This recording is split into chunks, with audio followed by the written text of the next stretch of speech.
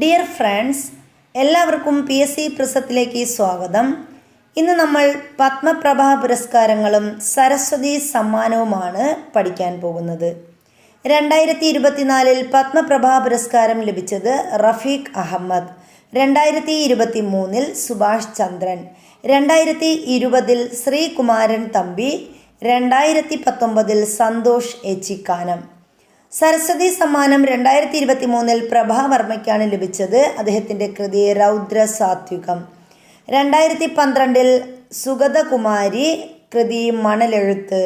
2005 K Ayyappa പണിക്കർക്കാണ് Saraswati സമ്മാനം ലഭിക്കുന്നത്.